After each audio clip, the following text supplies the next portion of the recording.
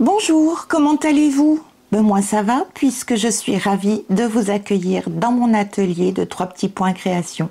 Moi c'est Sarah et je vous propose de réaliser aujourd'hui une trousse. Oui, une trousse toute simple. Quoique, toute simple mais avec des angles impeccables, surtout au niveau de la fermeture à glissière et avec un petit détail très sympa.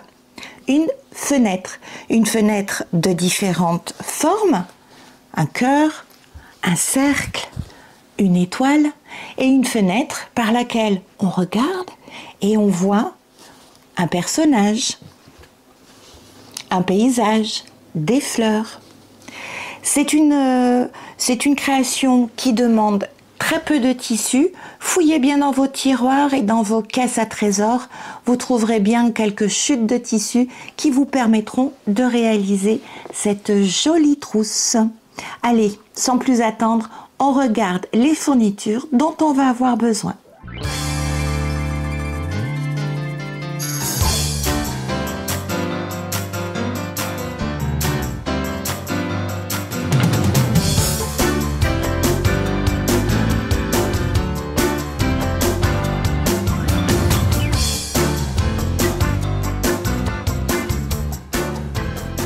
Pour réaliser cette trousse toute simple, rectangulaire, de dimension 20 de longueur et 12 de hauteur, et qui présente surtout des angles, des coins parfaits, il va nous falloir 2 tissus, un extérieur et un doublure, donc 2 coupons dans le tissu extérieur. Ici j'ai choisi un jean assez fin que je vais molletonner ensuite, donc 2 coupons de 14 par 22 cm, donc en voici 2. Pareil dans le tissu doublure, 14 par 22. 2 morceaux de thermocollant, de molleton thermocollant. Là, je crois que c'est du Viseline H630. Les dimensions un tout petit peu plus petits, c'est normal, vous allez comprendre pourquoi. 12 par 20. Il nous faudra ensuite un zip de 25 cm de longueur avec un petit morceau de tissu assorti à la doublure ou pas de 4 par 4.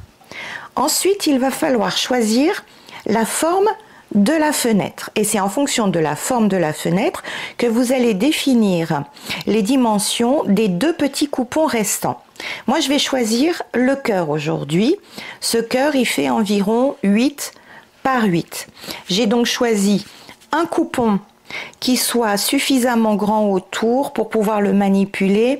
Là il fait environ 14 par 14, donc vous voyez j'ai à peu près 3 cm de chaque côté.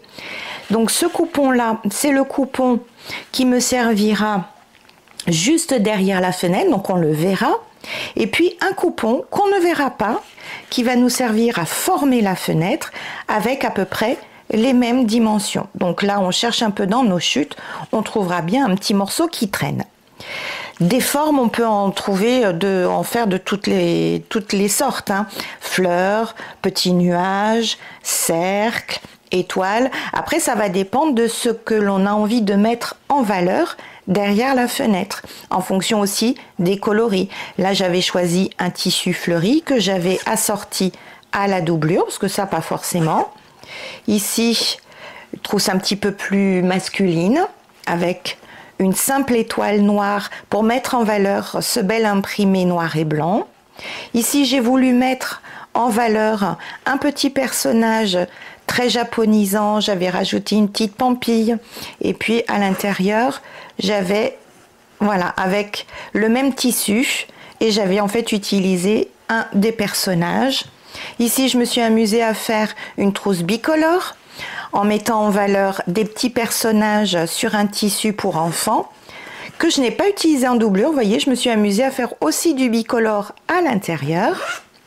Et puis, on peut aussi faire une fenêtre en mettant un petit plastique à un moment donné. Je vous expliquerai au moment de la réalisation à quel moment on peut mettre ce petit plastique entre le tissu de fond et l'extérieur. On peut rajouter des petites paillettes. Voilà, et je connais des petites filles à qui ça plairait beaucoup. Et puis à l'intérieur, une doublure différente, mais qu'on retrouve ici. C'est pas le même tissu, hein.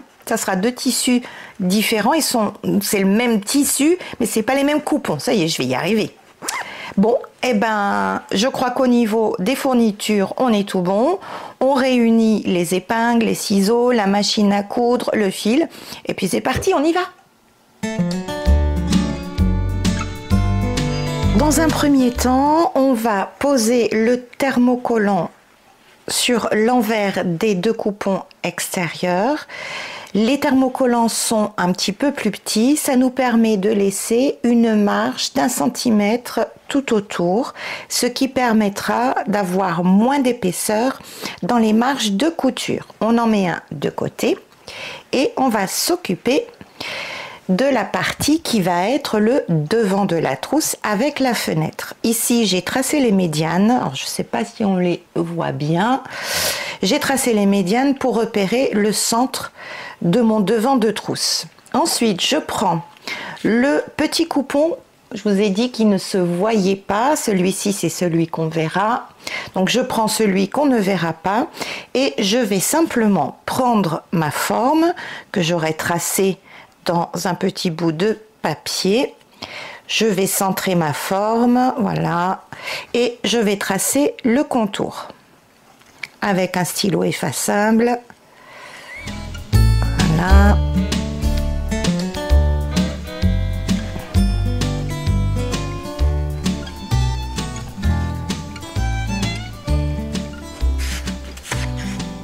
Comme ceci. Le gabarit, je le mets de côté. Je prends le devant de ma trousse. Si jamais votre tissu a un sens, faites bien attention, le haut du tissu et le bas du tissu. Et on vient placer. Moi, je vais le centrer. Après, on peut le mettre sur le côté, on peut le mettre de travers. Après, c'est à vous d'imaginer toutes les fantaisies possibles. Moi, je vais centrer mon cœur. Hop, je me sers des médianes et vous voyez mon petit tissu, je l'ai plié en 4 aussi pour avoir le centre. Voilà, là il est bien placé et je vais donc répartir quelques épingles pour maintenir le tout. Allez, j'en mets une ici, j'en mets une par là, une par ici et une allez par là. Et maintenant, on va passer à la machine, première couture, et on va coudre simplement sur la ligne qu'on vient de tracer. Hop, comme ceci. Allez, on y va.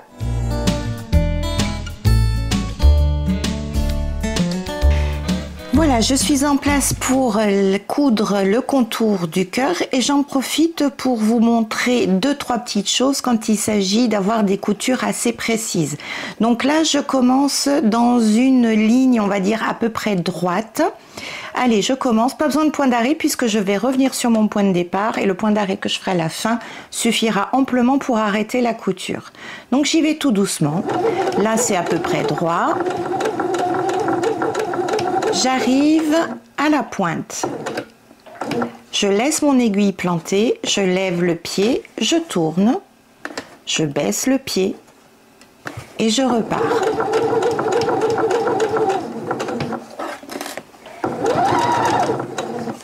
Et là, on va doucement, puisqu'on va attaquer le premier virage. Et il ne faut pas hésiter à jouer avec le levier et à faire juste quelques points tout doucement. Lever, tourner, rebaisser, quelques points, je lève. Mon aiguille est bien sûr toujours plantée dans le tissu quand je lève mon pied. Hein. Hop, quelques points. Voilà, il ne faut pas hésiter à jouer avec le levier pour suivre de la manière la plus précise possible les courbes de notre forme, de notre cœur.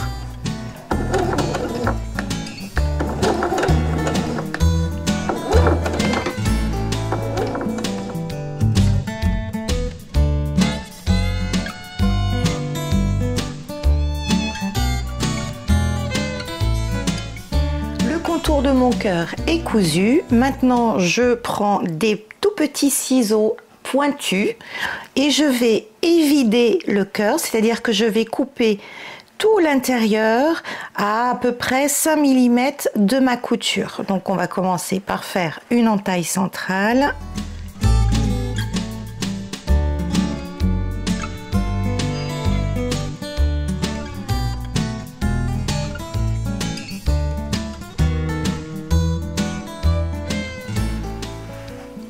Mon cœur était vidé et maintenant, chose très importante, il va falloir cranter tout autour, surtout au niveau des arrondis. On va dégager les pointes et on va bien cranter au niveau de cette pointe-là aussi. Donc je vais commencer par cette pointe-là. Là, j'enlève vraiment au maximum. Je suis près de la couture, mais je fais attention à ne pas la couper. Ici, je vais faire une entaille le plus près possible de la couture et la même chose tout autour.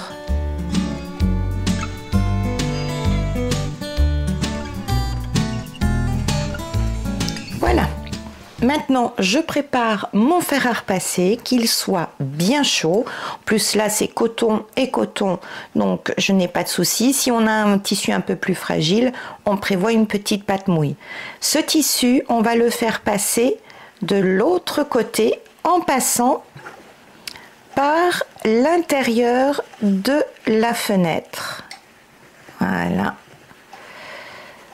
Et c'est pour ça que le tissu doit être suffisamment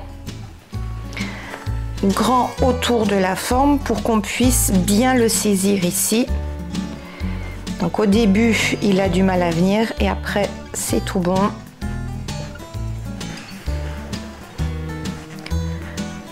Hop. Et là on fait attention, il va bien falloir faire sortir le petit cœur, la petite pointe. Hop, je prends. Alors je fais attention à ne pas percer mon tissu. Voilà, on fait ressortir toutes les formes. Alors, quand il s'agit d'un cercle, c'est moins compliqué, mais il peut y avoir des formes comme un nuage. Il faudra bien penser à tous les petits virages. Et là, on prend son fer et on vient aplatir la couture.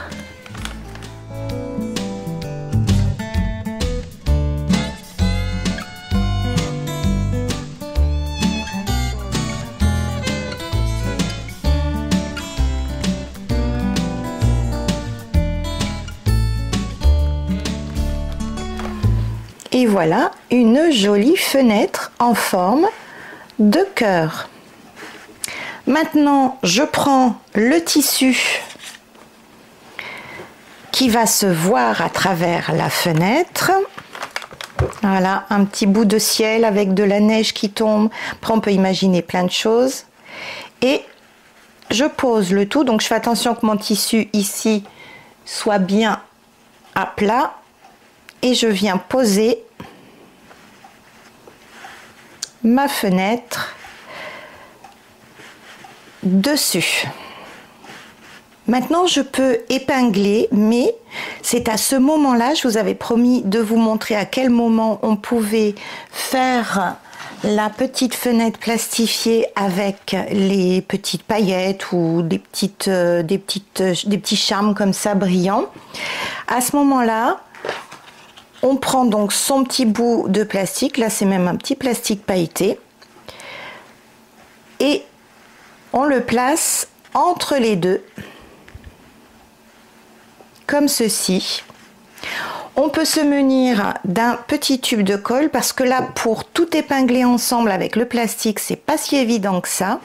Donc cette colle-là, on peut l'utiliser avec parcimonie, mais on peut l'utiliser.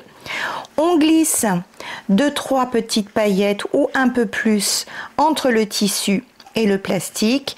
On met un petit point de colle entre chaque épaisseur pour que ça tienne le temps de passer à la machine.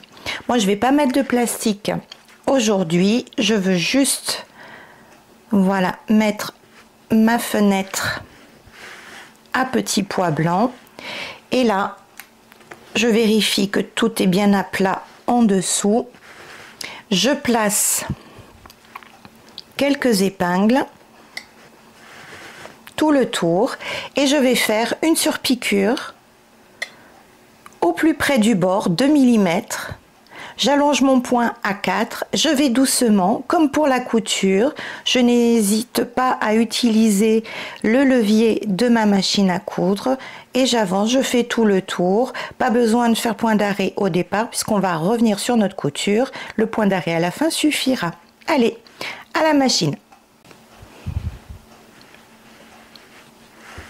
Ma surpiqûre est faite, donc ça a cousu la fenêtre et le tissu qui se trouve derrière. Ce tissu, on va le retailler un petit peu autour de la forme pour qu'il ne nous gêne pas.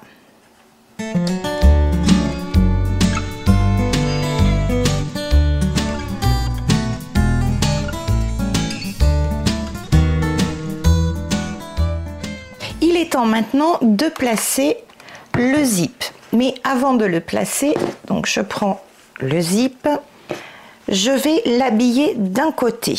Alors, chose très importante, mon zip a donc un sens d'ouverture. Là, il est fermé. Là, il est ouvert. Ça a l'air idiot ce que je dis, mais pas tant que ça. Du côté où il est fermé, quand la trousse sera ouverte, ce côté-là, je vais habiller mon zip. Je prends donc le petit carré de 4 par 4 en coton, j'ai choisi un petit coton, et je viens le placer bord à bord, endroit contre endroit du zip. Je le centre par rapport au zip. Et je vais faire une couture à 1 cm du bord tout le long de ce côté-là. J'ai cousu ma petite pièce de tissu, je vais la rabattre sur l'endroit, je tends bien. Et maintenant, je vais faire une surpiqûre à 2 mm du bord en allongeant mon point à 4 pour faire tenir donc mon petit morceau de tissu bien rabattu. Maintenant que mon petit coupon est rabattu, fixé par ma surpiqûre, je vais couper l'excédent de tissu en longeant mon zip. Hop, comme ceci.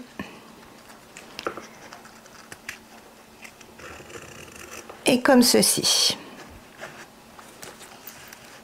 Voilà, là j'ai utilisé un fil contrasté pour que vous voyez bien, sinon j'aurais dû peut-être utiliser un fil bleu ciel. Maintenant, je prends le devant de ma trousse. Je prends mon zip, je vais le poser en haut, endroit du zip contre endroit de ma pièce de tissu extérieur. Je vais placer des épingles ou des pinces. Moi, honnêtement, je préfère utiliser des pinces, surtout pour poser les zips. Et avant d'arriver au bout, je vais prendre un stylo, une règle, et je vais ici, à l'autre bout, à partir du bord, je vais mesurer 1,5 cm et faire une petite marque. Je place mon zip et je reporte la marque sur mon zip. Donc là, j'ai pris un stylo effaçable et je finis de placer avec une pince. Je pose le pied fermeture à glissière sur ma machine à coudre qui va me permettre de coudre au plus près des dents du zip. Et je fais donc une première couture jusqu'ici et là je vais m'arrêter pile sur la marque. On va aller à la machine et je vous montre ça plus précisément. Je me suis installée de nouveau devant ma machine, j'ai posé le pied spécial fermeture à glissière, j'ai réglé la position de mon aiguille pour être au plus près des dents du zip. on va commencer. Je pose mon pied, petit point d'arrêt.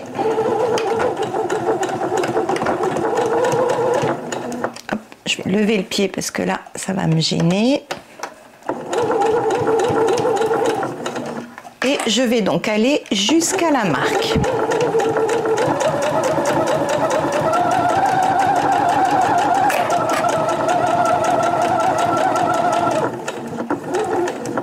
Avant d'arriver à la marque, j'ai le curseur ici qui va me gêner. C'est pas très grave. Je laisse mon aiguille plantée, je lève le pied presseur, je déplace le curseur derrière, je baisse mon pied presseur et je peux continuer. J'arrive à ma fameuse petite marque. Je vais m'arrêter pile dessus. On va essayer. Hop, hop. Allez, encore un tout petit peu. Voilà. Allez, je suis à peu près à un demi-millimètre. Maintenant, je lève mon pied et je vais déplacer ma fermeture à glissière vers la droite. Hop, pour que vous puissiez bien voir. Je la déplace de manière perpendiculaire. Je rebaisse mon pied presseur, je tiens le tout et je vais finir ma couture. Je vais passer sur les dents, mais c'est pas gênant. On va doucement.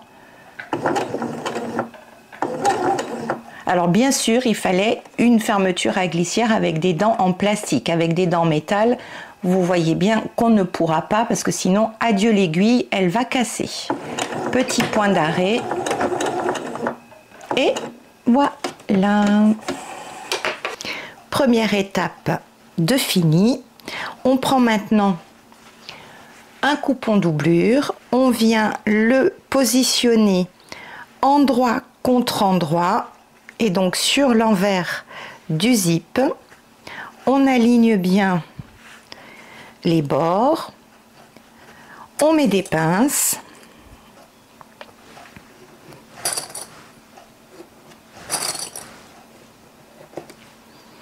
je repasse à la machine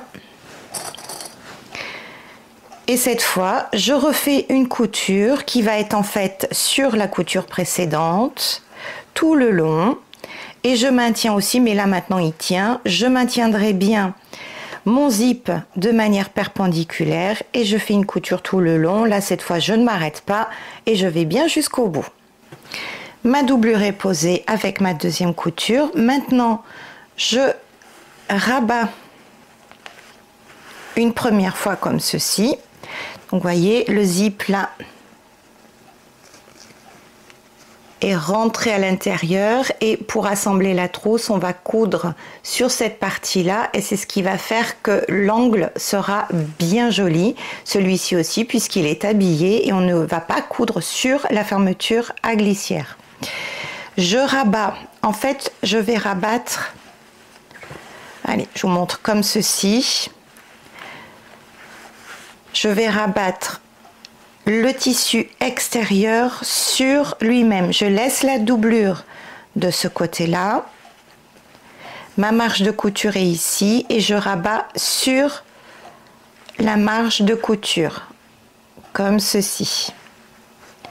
Je tends bien mon tissu le long du zip. Voilà. Et maintenant, je vais faire une surpiqûre tout le long à 2 mm du bord du pli. Je tends bien, je fais bien attention à ce que la marge soit bien dessous de ce côté là, la doublure de ce côté là, j'allonge mon point à 4 et je fais une surpiqûre tout le long.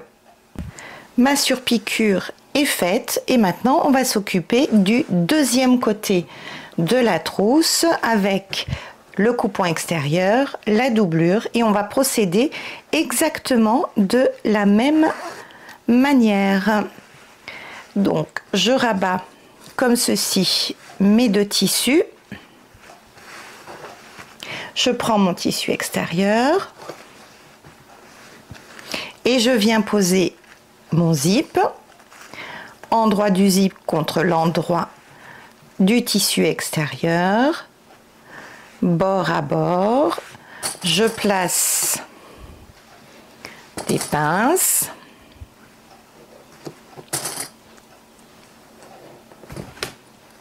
Et je vais procéder exactement de la même façon que tout à l'heure.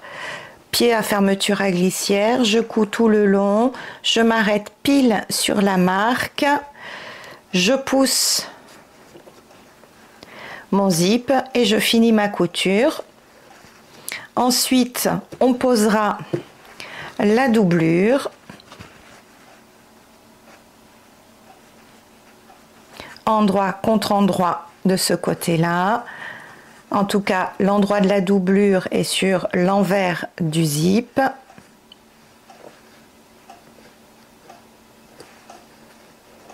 Et je ferai une couture. De même, j'aurai reporté la marque ici. Et je tiendrai bien mon zip perpendiculaire et je finirai ma couture. Et hop, et bien à ce niveau-là, il nous reste encore une petite chose à faire, c'est la deuxième surpiqûre. Donc là, on fait bien attention. On rabat tout de ce côté-là. Donc là, on a la première face extérieure, les deux doublures et de ce côté-là, la face arrière extérieure de la trousse. Je fais en sorte, voilà, je vérifie bien que ma marge de couture est de ce côté-là et je replie par-dessus. Donc là j'ai 3, là j'ai 1 plus la marge de couture et je viens faire ma surpiqûre ici à 2 mm du bord. J'allonge mon point à 4 et ça on va pouvoir s'en occuper juste après. Voilà, surpiqûre faite. Allez, je retourne, je finis de couper les petits fils. Ça commence à prendre forme. Là maintenant, je vais pouvoir me débarrasser de l'excédent de zip. On avait pris un petit peu plus long pour pouvoir justement la manipuler correctement. Hop, attention, ce ne sont pas des ciseaux à tissu. Toujours se garder une paire de ciseaux pour couper tout ce qui n'est pas tissu. Voilà. Et maintenant, je rassemble d'un côté les doublures et de l'autre côté les extérieurs. Attention, chose très importante, on ouvre le zip. Sinon, tout à l'heure, on va être bien embêté. On positionne bien bord à bord, on place des petites pinces et je vais faire bien attention à mettre les bords des tissus bien face à face. C'est ce qui va faire que mes angles vont être bien jolis. Donc là, on est le plus précis possible. Ici et de l'autre côté. Là, je tends mes tissus. Du coup, la petite pièce qui habille va aller vers la doublure. Je mets bien bord à bord. Une petite pince. Voilà. Face à face les deux doublures, pardon. Si je commence à bafouiller, ça va pas le faire. Voilà, je vais en mettre une ici, et puis une là, et puis je vais me faire une petite marque ici et ici, car maintenant on va coudre tout le tour à 1 cm du bord. Et je vais laisser une ouverture, donc cette partie-là, je ne la coupe pas. C'est ce qui va me permettre de retourner ma trousse sur l'endroit. Allez, une bonne couture à 1 cm du bord, c'est parti. j'ai fait toute ma couture tout autour, j'ai bien laissé une ouverture ici. Avant de retourner, on va dégarnir les angles, c'est-à-dire que je coupe en oblique par rapport à ma pointe, le plus près possible mais sans couper évidemment ma couture. Hop, il y en a 4. Et je vais pouvoir maintenant retourner ma trousse et c'est là qu'on est bien content d'avoir laissé le zip ouvert, sinon on est bien embêté.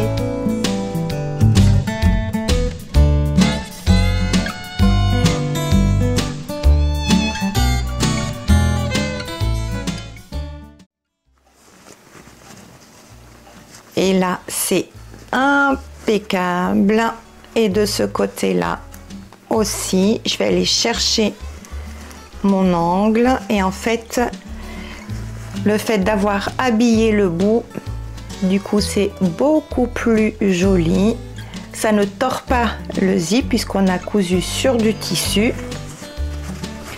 Je place ma doublure,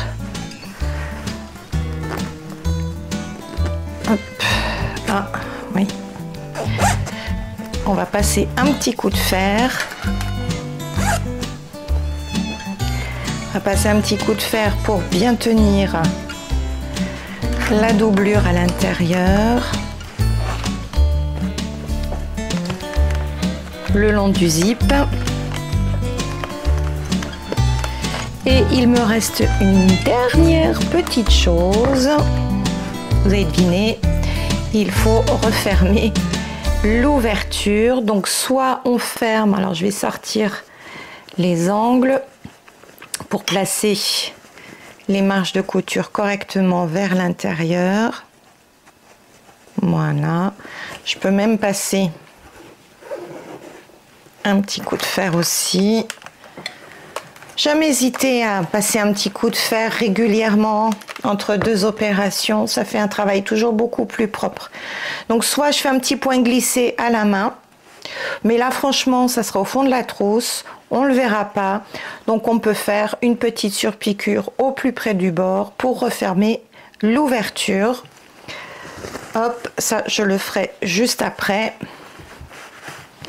Un dernier petit coup de fer ensuite. Et puis bah, après on n'a plus qu'à en faire plein avec plein de formes différentes. Alors, celle-ci, je sais à qui je vais l'offrir. Celle-ci aussi. Celle-ci aussi. Oh, bah celle-là, je vais la garder pour moi. Ces deux-là, bah ouais, mais il m'en manque. Il va falloir que j'en fasse d'autres. Hein. C'est pas grave. Avec quelques chutes de tissu, un peu de zip, un petit peu d'imagination au niveau des formes pour les fenêtres. Et vous avez vu, c'est vraiment pas compliqué de faire une jolie trousse toute simple, mais avec des finitions super soignées. Allez, maintenant c'est à vous d'en faire aussi. Et puis moi je vous retrouve pour une prochaine vidéo.